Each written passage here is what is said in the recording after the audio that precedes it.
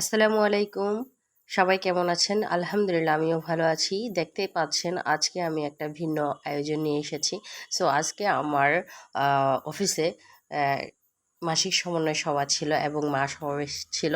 So আমাদের জনাব মোহাম্মদ আজিমুল হক আজিম সভাপতি সাহেব সুন্দর বক্তব্য রেখেছেন এবং আমার সহকর্মীরা আছেন, কলিগরা আছেন এবং মায়েরা আছেন এবং গর্ভবতী মহিলারা আছেন, কিশোরীরাও আছেন এবং আমাদের এনজিও অন্যান্য কর্মীরাও আছেন এখানে।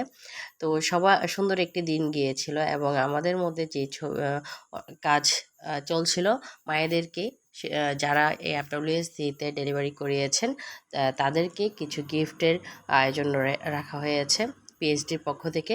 সো আজকে সারাদিন এসব করতেই চলে গেল। শেষে আমাদের খাবার দাবারের আয়োজন ছিল। আমরা সবাই মিলেই খাবার দাবার করেছি। তো সবাইকে শুভকামনা জানিয়ে এখানেই শেষ করছি। ধন্যবাদ সবাইকে। আসসালামু আলাইকুম।